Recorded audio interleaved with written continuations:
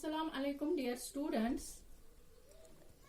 आज जो हमारा टॉपिक है वो how plastic bags kill animals and aquatic life. इससे पहले हमने पढ़ा कि प्लास्टिक बैग्स जो है ये किस तरह हार्मफुल है एनवायरनमेंट के लिए। तो आज हम उसी का दूसरा पढ़ने जा रहे हैं, how kill plastic bags kill animals and aquatic life. तो डियर स्टूडेंट्स, जो ये एनिमल्स होते हैं, चाहे वो वाटर एनिमल्स हो या लैंड एनिमल्स हो, ये जब हम फेंकते हैं ये प्लास्टिक बैग्स यानी पॉलिथीन जब हम फेंकते हैं, जो खुला एरिया होता है लैंड पे, जो जमीन पे खुला एरिया होता है, हम वो सारे जो पॉलिथीन्स होते हैं हम वो सारे वहां ही फेंकते हैं। तो नतीजा क्या निकलता है, या वहां ये प्लास्टिक का एक ढेर जमा हो जाता है।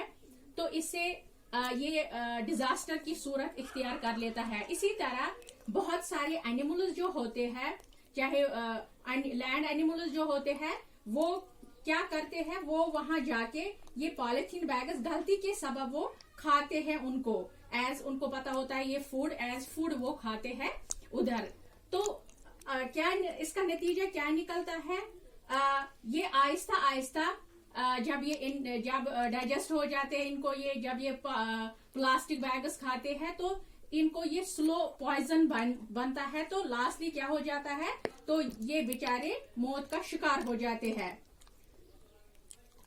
लगभग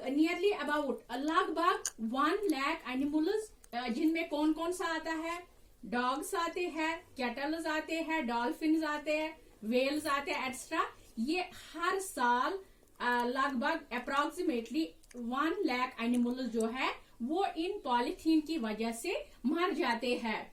किस तरह मर जाते हैं, जब ये प्लास्टिक बैग्स एज फूड खाते हैं, ये animals land animals as food खाते हैं, तो ये जब इनको ये स्लो पॉइजन हो जाता है तो आहिस्ता आहिस्ता ये मर जाते हैं।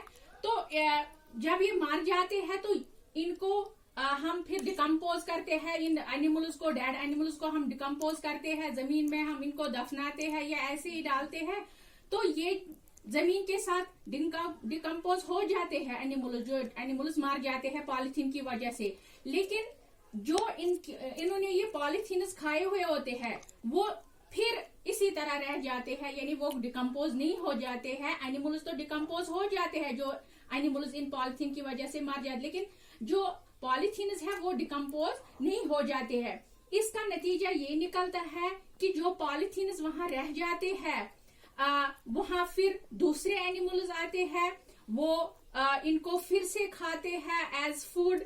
तो वो फिर इसी तरह वो भी मौत का शिकार हो जाते हैं। इसी तरह वो भी इनके लिए वो स्लो पॉइजन बन जाता है, तो वो भी मर जाते हैं। अब यहाँ हमने डॉल्फिन्स और वेल्स की बात की है कि ये भी पॉलिथीन इनके लिए भी हार्मफुल है। इनके लिए किस तरह हार्मफुल है, जब हमने इससे पहले एनवायरनमेंट जब हमने पढ़ा how plastic bags are harmful for environment, तो उसमें हमने पढ़ा कि जो सिटीज की ड्रेन्स होती है या जो नदी नाले होते हैं, ये वहां जब हम पॉलिथीन फेंकते हैं तो ये ड्रेन्स वगैरह ये सारे ब्लॉक हो जाते हैं वहां।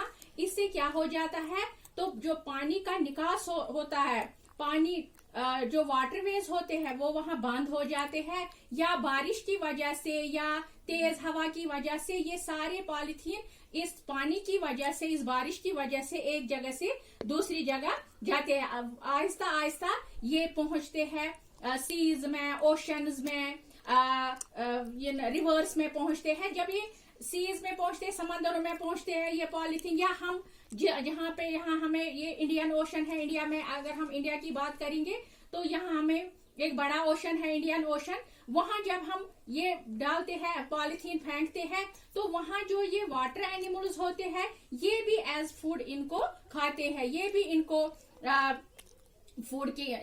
एज फूड इनको खाते हैं। तो नतीजा क्या निकलता है, इनके लिए भी ये स्लो पॉइजन बन जाता है। तो ये भी एक वक्त आता है तो ये भी बेचारे मर जाते हैं। तो डियर स्टूडेंट्स, ये था about how plastic bags kill animals and aquatic life. अब आपने देखा कि किस तरह एनिमल्स के लिए ये प्लास्टिक, ये पॉलीथीन हार्मफुल है यानी नुकसानदेह है, या जो हमारे वाटर एनिमल्स है उनके लिए किस तरह ये नुकसानदेह है, अब ये हमने पढ़ा।